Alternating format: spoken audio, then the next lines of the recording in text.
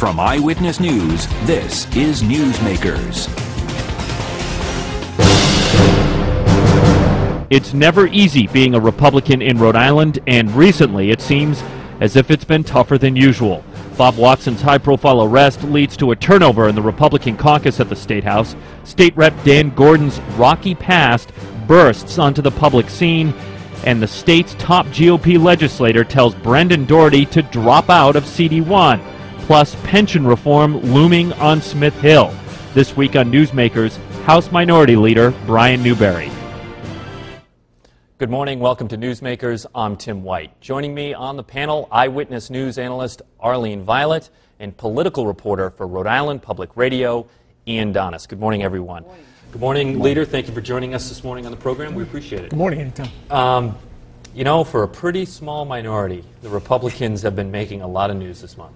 Well, it's been an interesting year. But as we were talking off there, one of our former members found out he has some legal issues in another state. So we can spend a little time talking about it if you want to. I'd rather move on to something more substantive. Well, I know you probably rather move on from Representative Daniel Gordon, who has made a lot of headlines lately. So why don't we get that out of the way first? Yeah. Let's talk about that.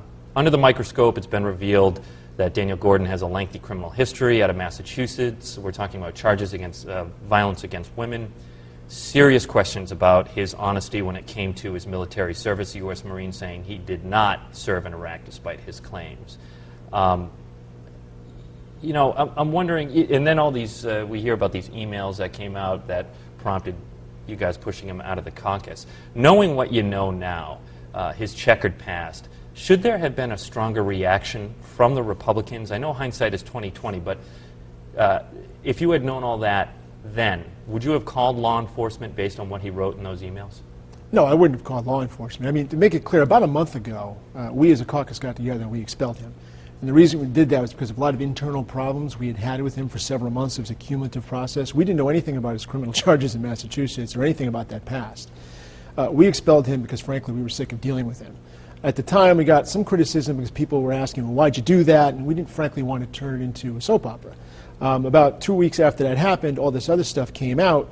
And the only good thing I'll say about it is I think it sort of vindicates what we did. We didn't know about these charges. Yeah, but you know what else I think it says? It also stinks to me of a group of people that are trying to cover their own behinds on this, that it was the Republican caucus trying to take care of their own so they wouldn't be tainted by someone they felt was questionable. What about looking out for the people he represents? Don't you have a responsibility to take care of those people as well? Well, I've called for his resignation. Mm-hmm. There's nothing much I can do. I can't force him to leave. Should he be forced to leave? I have said that I would support a vote to expel him from the House of Representatives, which is a very, very strong statement to make, frankly, particularly as a member of the minority party. And have you talked to House Speaker Gordon Fox about that? I have not spoken to him directly about that, primarily because I haven't seen him for a couple of weeks. I think he's been out of the state. I think he's in the Speaker's Conference in Vegas for the last week or so. But I understand he made a statement that he's not going to push for that type of vote. And that's the wrong call, in your opinion? You know, I think from their point of view, from the leadership's point of view on the Democratic side, they don't want to set a precedent. They have their own dirty laundry. They probably don't want to set a precedent for that. And I suspect, and I don't know this, but they probably don't want to be perceived as forcing out a member of the minority party through an expulsion process. Because even though I would support that in this particular instance... You know, Brian, that goes back to my original question. Doesn't that just, again, isn't that politics getting in the way of looking out for the people of Rhode Island, looking out for the people of that district? Yes, but like I said, I would support an expulsion vote. But I think anybody who gets expelled from the House, which is extremely unusual, I think that has to initiate with the Speaker. It does. One of your Democratic counterparts, Representative Scott Slater, has pointed to the Gordon case and saying that candidates for office should have to reveal whether they have a criminal history. He says he plans to introduce legislation to that effect in the next session. Is he on the right track with that? It's interesting because if a BCI check had been done in this instance, it wouldn't have picked up what happened with Representative Gordon because that was in another state. And I think it's unrealistic to expect BCI checks on candidates for all 50 states. Conceptually, I think it's a good idea. On the other hand, I don't know the practicalities of how that would work out. For example, I know the ACLU came out in opposition to it. I didn't read their detailed opposition, but I can guess that it has to do with, you know, how accurate is the information, what's the timing. I mean, if someone declares their candidacy on June 30th, How are they going to get a BCI check done, and by who, and who's going to pay for it? So the idea sounds good. I think there's probably a lot of practical problems in implementing it. Pension reform is shortly going to be on your plate. The Providence Journal had an article, 58 legislators have direct connections with the pension. What should happen with them? Should they recuse and also serve? I know you're a lawyer, but do you have any family members or relatives that would be impacted by your decision? First, I have no family members, relatives that would be impacted by any decision I make on pensions. Everybody that I'm related to either doesn't live in Rhode Island or has no connection to the state municipal pension system in any way, shape, or form. You know, it's interesting. 58 is a majority of the members in the legislature. I think there's, what, 53, if you add up the 54, something like that. If everybody recused themselves, we would not have a quorum to vote. So, frankly, I'm not sure what people ought to do. You know, it seems to me it's a clear conflict of interest to vote on something that would affect your own personal financial well-being. On the other hand, there is the class exception. I mean, for example, there's lawyers. I'm a lawyer. There's a lot of lawyers in the Assembly.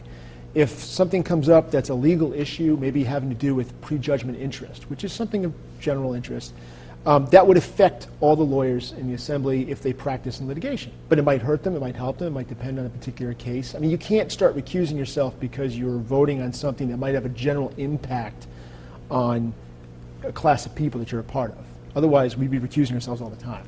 So there's general and there's general, though, isn't there? I mean, right. Some of the lawyers, as you know, that you alluded to, do just real estate, et cetera. They never see the face of a courtroom, and that's probably the majority of lawyers aren't litigators, and most of the issues would involve litigation that you, in fact, have. But in this particular case, they really are voting on their own future. They're voting on their own future. And isn't that also a warning?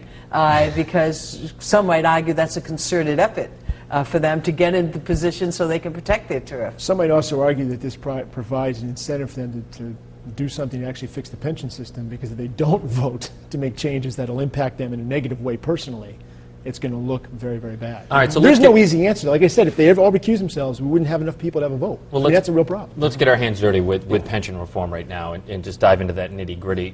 First, the broad question here is, how confident are you that meaningful pension reform is going to pass?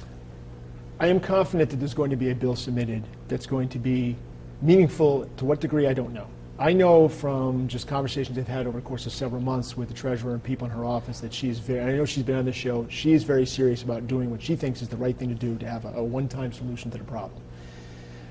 I know that a lot of the Democratic members, I know the Republicans obviously are in support of this. I know a lot of the Democratic members on the House side and the leadership side are in support of doing something. But the devil's in the details. Well, the devil's in the details, and the devil's in what the rank and file of the Democratic Party is going to do, because a lot of them are very scared to do the right thing. There have been an awful lot of public meetings on this pension issue. Are these basically the equivalent of a Moscow show trial where the actual details are going to be worked out behind the scenes with legislative leaders, perhaps George Nee and some other powerful people? Yes and no. Here's the thing. Those presentations you've seen before the Finance Committee the last 3 weeks and the presentation before that, they're intended to be educational. I think that the people sitting around this table right now, you know the details, you know the issues. And there's a lot of members of the Assembly that do too, but frankly, there's a lot of members of the Assembly that don't. Did that surprise you? Because that struck us in the media as well.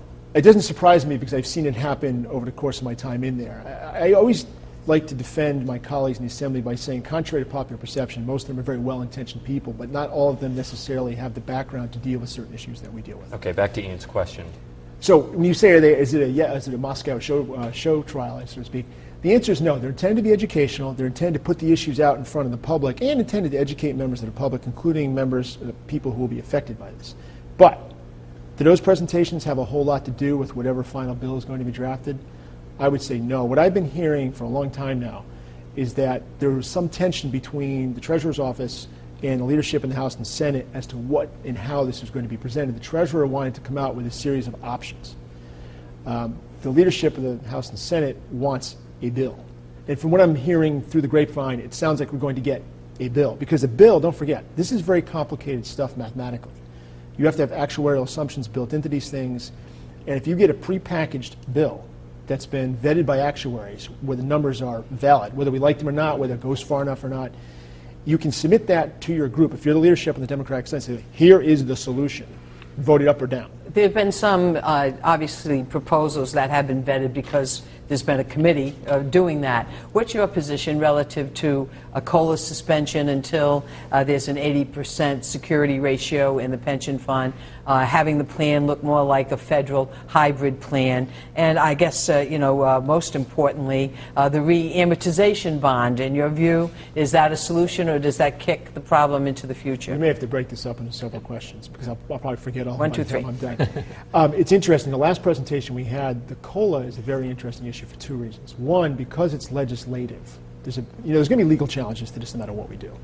The COLA is statutory, and there's probably a better legal argument that we can change that one way or the other without a valid legal challenge. Secondly, just the numbers that came out this Wednesday, if you got rid of the COLA completely, that eliminates not half, but a little less than half of the unfunded liability by itself. So it's an easy thing to get rid of. Should they do that? I personally think that the COLA should be mostly eliminated with an exception for the very low end of the scale. For example, the purpose of a COLA is to adjust for inflation. If your pension is, I'm making up the number here, $15,000 a year, and there are people that are in that range, I think you should get some form of COLA because inflation is going to eat away your income. However, if your pension is $85,000 a year, I don't think you need a COLA unless we have such runaway inflation in the country that the country's economy goes down the tubes. So I think it should be indexed, and I think it has to be indexed very strictly. So yet, the answer to your question, I think for the most part, yes, but not entirely down to zero. Federal hybrid plan and then re-amortization bond. I personally think, well, it's interesting. See, defined contribution plans, in theory, can work if two things. The people who put the money in put in enough money on a percentage basis to keep them funded, and the contributions are made by the cities and towns and the state. The problem we have in this state is the people putting the money in now, it's not being kept for them. It's kind of like Social Security. It's not being put in the lockbox for employee X. It's actually being used to pay benefits to people who long ago retired. So if you switch to a hybrid plan or like a 401k type plan, we're going to have a funding problem for the current pensioners. So theoretically, yes, a hybrid plan is a very good idea. How we go from what we have now to that there's a bridge, there's a financial bridge, and I'm not sure how we get to that. And re-amortization bond? Re-amortization bond is just kicking the can down the road. It's going to cost us all more money in the long run. Now, I'm not going to rule out completely, if you had a global solution that solved the pension crisis problem once and for all, and it was a piece of it, a small piece of it, that involved re-amortization of part of the debt for 5 or 10, I wouldn't say I wouldn't support that in concept. But in general, I don't want to just re-amortize the whole thing and kick it down the road. I think it's a terrible idea. We have to go to a break pretty soon here, but I'm not hearing a ton of confidence from you out of any of those proposals. So what do you want to see? What do you need to see in a bill that you'd vote for? Well, what do you mean you don't hear a ton of confidence? Well, re-amortization, you're not big on that. COLA is, you're saying hybrid can work, but you're worried about how that would be, would fund the rest of it. So what I'm saying is the solution is not an easy one. It's going to have to be a lot of different things cobbled together. For example, we're going to have to raise retirement ages. Okay, we're going to have to make cuts in benefits, but you've got different classes. This is why it's a very complex What does cuts topic. in benefits mean, though? That's well, for example, a really broad thing. Well, you've got 4 different classes, really. You've got people who, you've got to look at the legal issues. You've got people who are already retired. You've got people who are vested and eligible to retire. You've got people who are vested but not yet eligible to retire. And then you've got the non-vested people. It's a lot easier to tell someone who's only been working for 5 or 6 years, look, here's the deal. We're going to completely change the system, and even though you might have expected to get a benefit of X in 25 years and you retire, that's going to be changed. You're not going to get that, okay? Versus, can we tell someone who's already retired they're getting a check for, whatever it is, $25,000 a year. Sorry, it's going to be $23,000. I don't know if we can legally do that, but I think we need to address each of those categories, and I think we need to make cuts down the line. All right, it has to be. We're going to continue this conversation when we come back. Our guest this week is House Minority Leader Brian Newberry. You're watching Newsmakers. All right.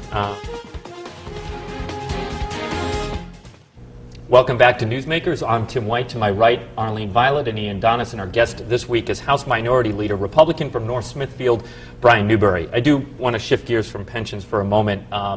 You had asked Brendan Doherty, the former colonel of the state police, to drop out of the first congressional race, and you posted this on your Facebook page. It says, Doherty is helping David Cicilline by diverting money and energy from the Laughlin campaign best spent elsewhere. You went on to say, to win an election, any election requires both money and passion from your supporters. Colonel Doherty cannot invent the passion that does not exist for his campaign in the 1st District. What is it that you know beyond his passion about Brendan Doherty that tells you he's going to lose against David Cicilline? And second question to that, some might say, who are you to even weigh in on this? Well, I didn't say he would lose against David Cicilline. What I said was he's not going to beat John Laughlin in the Republican primary. We have this odd situation where it's rare that we get good Republican candidates for statewide or congressional office. We have two right now, and they're running in the same district against each other. So to me, that makes absolutely no sense. And what I recommended actually is that he drop out of CD1 and run in the 2nd district. The reason I said that is this. Even though he lives in Yeah, but legally it doesn't make any difference. Legally, it doesn't Yes. make a difference, but I have the feeling that the people in the 2nd congressional district would take issue with that. I know, but it's not like we live in West Texas and I'm saying you should run in East Texas. In This is Rhode Island, it kind of is. Well, but here's the fundamental issue. John Laughlin ran a very, very strong race in 2010. To run, as I said in the statement, to win a political race, you need two things. You need money and you need passionate supporters on the ground that get out the vote, work the phone banks, get the signs up and all that. In the 1st congressional district, from town to town, and I know this personally, all across the 1st district, those Republican volunteers, the people who are going to do all that in a primary and get those people to the polls, they're all behind John Laughlin. They all went to the mat for him 8 months ago. They're all going to back him now. 16 of the 20 town committee chairs have endorsed him. But he lost. He lost to David Cicilline by 6 points. That was before the press did its job and finally talked about the Providence issues David Cicilline has.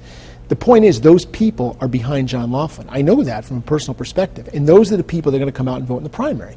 Brendan Doherty has not exhibited, so far, any ability to generate enthusiasm among the people who vote in the primary. And John Laughlin hasn't shown the ability to raise money. Well, actually, he did raise quite a bit of money last campaign. Right now, he's in Iraq, so he can't do anything officially. He has a kitchen cabinet, people are trying to help him out, but officially, he's not doing anything. He's out serving his country. But you're right, Brendan Doherty has raised money, and that's my fear. We're going to have a primary where one guy's going to raise quite a bit of money. He's going to run a campaign. The other guy's going to have the people on the ground who's going to win the primary, and then we're going to be left with a candidate to go against David Cicilline who doesn't have any money. I'm curious if you talked to Brendan Doherty about this. I don't know who runs the Doherty campaign because it's fairly non-existent.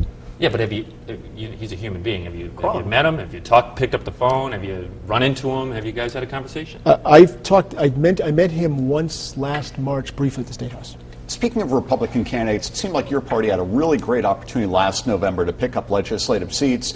State economy is bad. Democrats have presided over deficits. And your party made very modest gains. Republicans are locked out of state general offices and the congressional delegation. What's wrong with the Republican Party in Rhode Island? One of the problems at the local level is to win as a Republican in Rhode Island, you have to outwork your opponent about 5 times to 1. That's just the reality. It doesn't matter what race you're running for.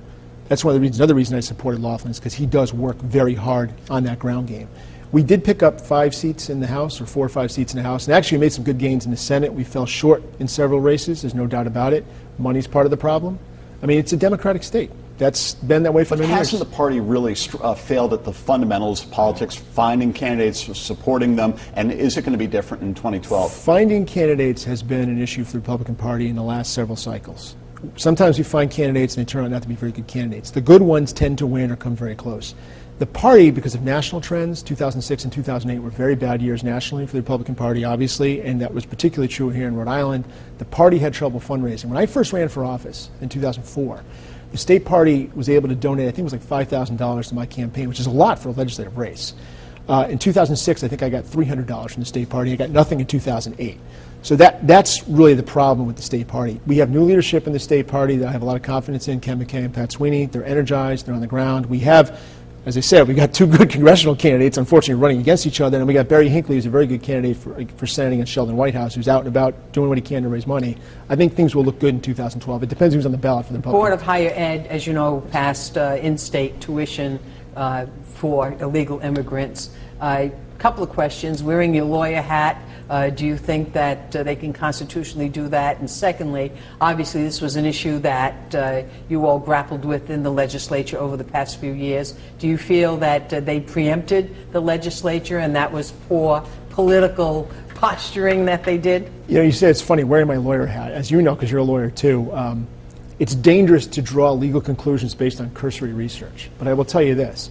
Yeah, but you have lawyers that work for you. No, I'm wondering whether they rendered an opinion. No, I've looked at the federal code, and I've looked at the state statutes that purportedly are what the Chafee administration is relying on. I think the action of the Board of Governors of Higher Education violates federal statutory law. There is a provision in the U.S. Code, and I can't quote it verbatim, but it basically says a state cannot give benefits to illegal aliens greater than, or it can't give benefits to illegal aliens, period, for various things, including public education financing for post-secondary education, unless the state legislature has authorized it after August of 1996. It's right in the federal code. Now, my understanding from the Chafee administration is they're relying upon the general grant of authority to the Board of Governors for Higher Education, which dates back many years to basically do a lot of things. That doesn't, from my reading, doesn't comply with the federal statute. So frankly, if I were Ryle or anybody else who's interested in fighting this issue, I would take the Chafee administration to court. Well, what about you as a legislator? Should you do something? Well, or legislatively overturn it? Or should it not be overturned? Oh, we should absolutely legislatively overturn it. I mean, there's going to be, there'll be no doubt there'll be legislation introduced to overturn it. I will certainly support that. I would co-sponsor it. We'll see where that goes. But I'm saying even before we get to that, I think someone should challenge this in court. They may need legislators to sign on as plaintiffs, and I'd be happy to do that myself. But I know, for example, on the Healthcare Exchange Act, the Right to Life Committee is actually in the process of filing a suit to overturn which is the same separation of powers issue, and they have signed up, including myself, they've signed up legislators to sign on as plaintiffs for that. I think the same thing should happen on this. I think it's a blatant disregard of the separation of powers and of federal law. Governor Chafee's been in office for more than 6 months now. Is he bringing enough urgency to improving Rhode Island's economy? And if not, how would you do things differently? First of all, I would have elected John Robitaille. That would have made a big difference in how things are done in the state. You know, if you look at what Governor Chafee has done, what the initiatives he has pushed, let's see, he put forward a budget proposal that I thought would have been disastrous and was not adopted by the Assembly. He's put forward immigration policies, rescinding of E-Verify, this tuition thing, and this floating this idea about driver's license. I oppose all of that. I'm not trying to be flippant here, I'm trying to think what else Governor Chafee has really done. I mean, he's actually been fairly passive, except on those issues where he's been a very strong advocate for positions I completely disagree with.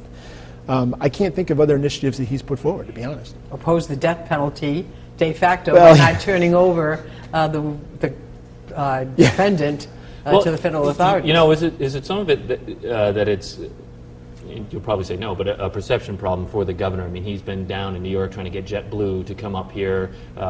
Do you think that there's any behind-the-scenes stuff that's happening, but he's just been poor about getting that out? Knowing that in government there's always behind-the-scenes stuff, I would never say that there's not behind-the-scenes stuff I'm unaware of. I don't mean it nefariously. No, I don't mean it nefariously either. I mean, that's a lot of government goes on behind the scenes. That's the way it works. There's nothing really wrong with that as long as it's done in good faith. What I'm saying is there may be things I'm unaware of. I would never suggest there are not.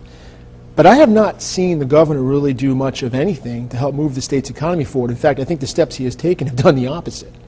But then again, you know, I didn't support the governor for his election effort in the first place for all the reasons we're discussing. So I'm not surprised by any of this either. Let me just dive back into pensions momentarily here. Treasurer Gina Raimondo has always talked about people having to pay their part in this pension crisis. What about, though, the big corporations in Rhode Island that get massive tax breaks? You know, we're talking about CBS, Hasbro, who's given a tax break. Is it fair for someone who gets a pension of $20,000 a year to be wringing their hands, worried about what's going to happen to their benefits, while these mega companies cash in on cozy relationships with politicians? I have always been a strong opponent of what I call crony capitalism. I think that nationally the Republican Party got itself in trouble in the past decade when it got away from its small government conservative roots that its rhetoric stood behind during the Bush administration and started delving into the areas of crony capitalism. But frankly, I think the Obama administration has continued. You saw the Solandra example in California. I do not think that governments in general, state, federal, local, should be picking winners or losers by manipulating our tax code to give breaks to anybody. I believe we should have low taxes across the board. I think that's what generates economic activity. I do not like the idea of giving a tax break of X to company Y to keep 10 people here or employ 20 people. What about what Warren Buffett talks about, that the super rich should be paying more of their fair share, that he pays the same in percentage taxes that he does with his secretary? As people have pointed out, that's not really an accurate statement that he pays the same as his secretary, because he has money hidden in all kinds However, of there are mega loopholes in the tax code that have benefited the mega rich for a long time. That's indisputable. Do you think that needs to be changed? I believe we should have a flat tax. Under a flat tax, everybody pays according to their rate of money they bring in.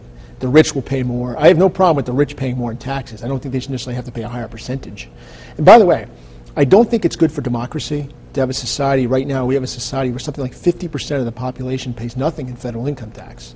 Because if you don't have skin in the game, it's going to change the way you vote and how you perceive government. I think that's dangerous for democracy. To pick up on Tim's question, critics called it special deals when former Governor Don Carcieri backed efforts for 38 studios and Deepwater Wind. Were you opposed to those? I opposed both of those. Is that something that's wrong with economic development in Rhode Absolutely. Island? No, that goes back to my initial point. I was a big opponent of Deepwater. The 38 studios deal is a classic example of what's wrong. I remember when we passed that $75 million, it was part of a budget, I think, in 2009. And I remember at the time people getting up, I remember my predecessor, Bob Watson, getting up and saying it was going to be a honeypot. And sure enough, what they do, that the board went and took whatever the percentage was, the $75 million, and threw it to one company. Now, maybe it'll work out. I hope it does. But that's a big risk to take. That's really not good public policy. And that's been a problem in this state for a long time. Sometimes it works, but more often than not, it doesn't work. And I don't support that. Brian, we have 30 seconds left, so I'll make it nice and easy for you. Letter grade for Gina Raimondo, A through F. B plus, A minus. Do you anticipate her running for governor in 2014? You know, it's a good question. I really have no idea. I don't. Okay. House Minority Leader Brian Newberry, our guest this week on the program. We appreciate you coming in, taking the time and speaking with us. For Ian Donis and Arlene Violet, I'm Tim White. If you missed any of this episode, you can catch it on our website, WPRI.com. It's under the On Air section. We'll see you next week on Newsmakers.